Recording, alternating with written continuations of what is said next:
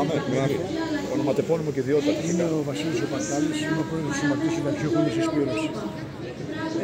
Οι συνταξιούχοι, επειδή είναι ένα αναπόσπαστο κομμάτι της κοινωνίας μας, δεν θα μπορούσαν να μην ερχόταν εδώ πέρα την ημέρα του Πολυτεχνείου, γιατί για αυτό που αγωνιζόμασταν τα χρόνια εκείνα τα οποία υπήρξαν τότε να πούμε, συνεχίζουμε με τα ίδια αιτήματα να έχουμε, να μιλάμε για την παιδεία, να μιλάμε για την ελευθερία, να μιλάμε για το ψωμί, το οποίο όπως ο ΠΑΗ γίνεται πιο δυσέβρετο για τα παιδιά μας και για μας ιδίως.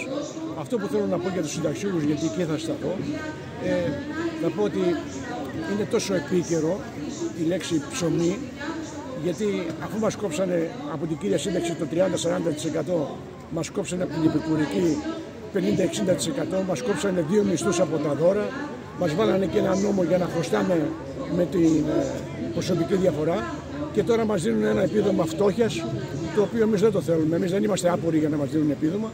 Διεκδικούμε να πάρουμε τη 13η και 14η σύνταξη για την οποία έχουμε πληρώσει τις εισφορές.